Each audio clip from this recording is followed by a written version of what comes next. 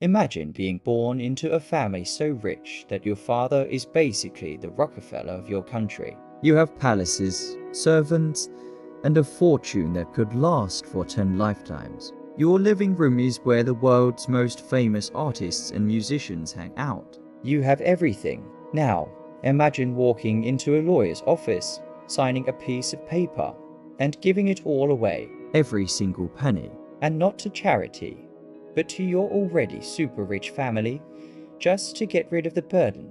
Then you pack a small bag and move to a tiny, freezing cold village in the mountains to teach elementary school to peasant children who have no idea who you are. This isn't a parable. This is the true story of Ludwig Wittgenstein, considered by many to be the greatest philosopher of the 20th century.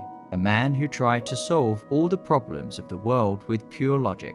But his most difficult problem wasn't logic. It was himself. Why did a genius who could have ruled the intellectual world from a comfortable chair in Cambridge choose to live in a hut, scrubbing floors and getting into fistfights with villagers? Today, we're going to explore the lost years of Ludwig Wittgenstein, the period where a genius tried to become a normal human being and failed spectacularly. To understand why he ran away, we have to understand what he was running from. Ludwig was born in Vienna in 1889. His father, Karl Wittgenstein, was a steel tycoon, one of the wealthiest men in Europe. The Wittgenstein home was a cultural epicenter. Johannes Brahms and Gustav Mahler played music in their salon. It sounds like a paradise, but beneath the gold and the velvet, it was a house of horrors. The pressure on the Wittgenstein children was crushing. Their father was a tyrant who demanded perfection. The mental toll was devastating. 3 of Ludwig's brothers committed suicide. 3. Ludwig himself lived with the constant thought of ending his own life. He once said that he did not know how he could bear to live when he was such a detestable person. For Ludwig, his wealth wasn't a blessing. It was a golden cage that kept him from being real. He felt people only cared about him for his money. Before his self-imposed exile, Ludwig went to Cambridge to study under the famous logician Bertrand Russell. Russell quickly saw that this young Austrian was a genius. He said, "I realized he was a genius when he asked me, 'Is there a rhinoceros in this room?' Russell looked around and said no. But Wittgenstein argued that you couldn't logically prove there wasn't a rhinoceros hiding somewhere. It sounds silly, but it was a profound point about logic and perception. Then, World War I broke out. While most wealthy men avoided the front lines, Wittgenstein volunteered. He wanted to face death. He believed that standing close to death would strip away all the lies and reveal what was truly important. In the trenches, amidst the mud and the bullets, he wrote his first masterpiece, the Tractatus Logico-Philosophicus. He wrote it in notebooks while artillery shells exploded around him. When the book was finished, he came to a shocking conclusion. He believed he had solved philosophy. All of it. He thought he had defined the limits of language and logic. He famously wrote, "Whereof one cannot speak, thereof one must remain silent." So, if you've solved philosophy, what do you do next? For Wittgenstein, the answer was simple.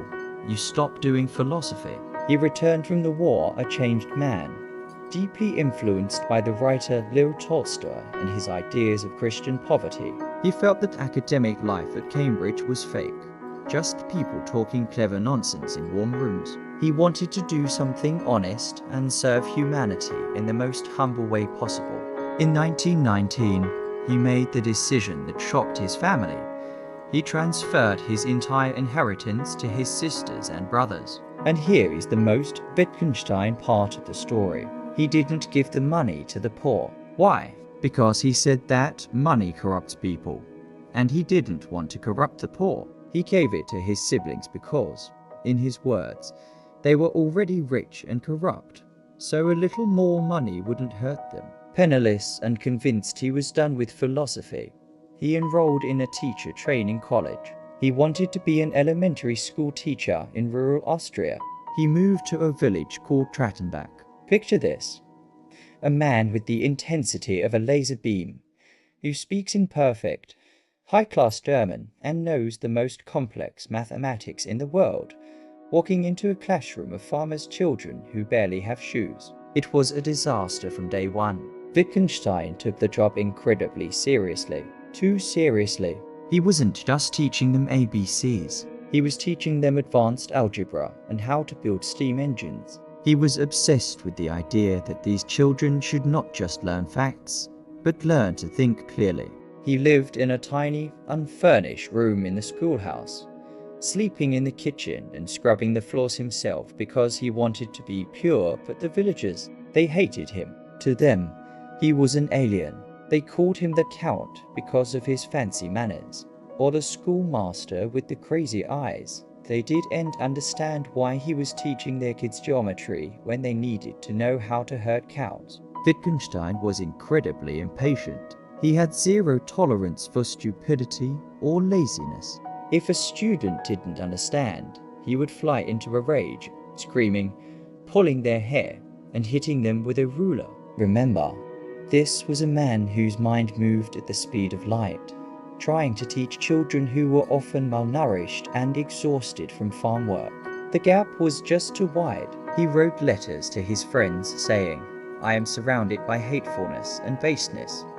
He saw the villagers as wicked, and they saw him as a monster. The situation exploded in 1926 in what's known as the Haidbor incident.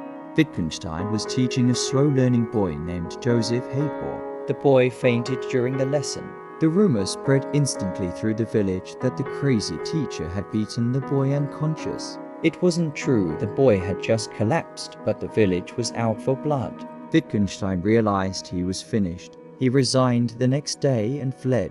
For the rest of his life, he felt deep guilt about his violence toward the children. He returned to Vienna, broken again. He felt he had failed at philosophy, failed at war, and now failed at being a normal person. He spent a brief period working as a gardener's assistant in a monastery. Can you imagine? The author of the Tractatus, raking leaves in silence, trying to find peace. But you can't hide a mind like that forever. Slowly, he began to realize something terrifying. He had been wrong. His first book, the one that supposedly solved philosophy, had a mistake. He had treated language like a perfect, logical picture of the world. But living in the village, listening to how normal people spoke, how farmers used slang, how children played games with words, he realized language wasn't just logic. It was a game. It was messy. It was social. His failure in the village actually planted the seeds for his second great work. In 1929, he returned to Cambridge. He walked into the room of his old professor, Bertrand Russell, and simply said, "God has arrived." I met him on the 5:15 train. He submitted his old book as his PhD thesis. The oral exam was legendary. Wittgenstein patted his examiners, two of the world's most famous philosophers, on their shoulder and said, "Don't worry, I know you'll never understand it." He became a professor, but he was never normal. He lived in a sparsely furnished room with almost no books. He advised his best students to quit philosophy and go work in factories or become mechanics. Go somewhere where you can be decent, he'd tell them, still believing academic life was a trap. He died in 1951. His last words were, "Tell them I've had a wonderful life." It's a strange thing to say for a man who seems so tortured and so lonely, but perhaps he meant it. He didn't choose the easy path. He could have been a rich patron of the arts, sipping champagne in Vienna. Instead, he chose the trenches of war, the poverty of the village, and stripped his life down to the bare bones to find the truth. Wittgenstein's life in the village teaches us something profound about the gap between intellect and reality.